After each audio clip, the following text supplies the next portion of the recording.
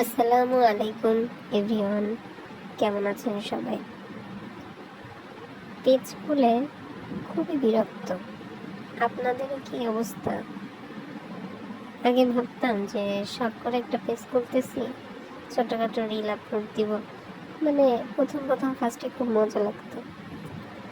But এখন দেখি যে কাজ কাম করে তার ফাঁকে একটা ভিডিও করা, তাতে ভয়েস দেওয়া, আপলোড দেওয়া, মানুষেরটা কমেন্ট করা, কমেন্টে রিপ্লাই দেওয়া, এডিট করা, মানে পুরো একটা জবের মতন। তারপর আপনি জব পাবেন কি না সেটা সন্দিহান। মানে সারাদিন কাজ করতেছি, একটা রান্না করতে গেছি, মাথার মধ্যে কাজ করে যে আমার তো একটা ভিডিও তৈরি করতে হবে, যে এই রান্নাটা হয়ে গেল, আমার ভিডিও করা হয়নি, মানে এরকম।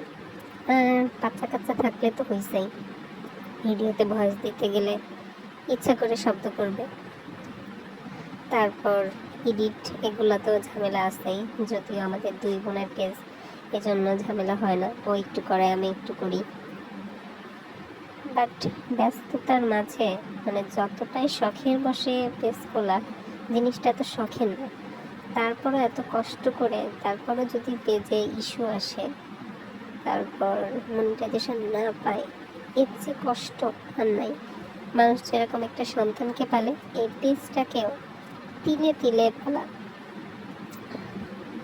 মানে যারা পেজ চালায় তারা বুঝবে জিনিসটা কি।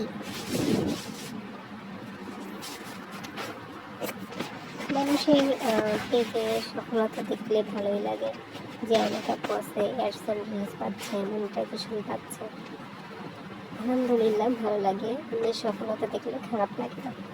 আবার অনেক আপু আছে পেজটা ধুম করে নষ্ট হয়ে যাচ্ছে ভুলের কারণে, ফেসবুক করতেছে না, আইডিটাই নষ্ট হয়ে যাচ্ছে।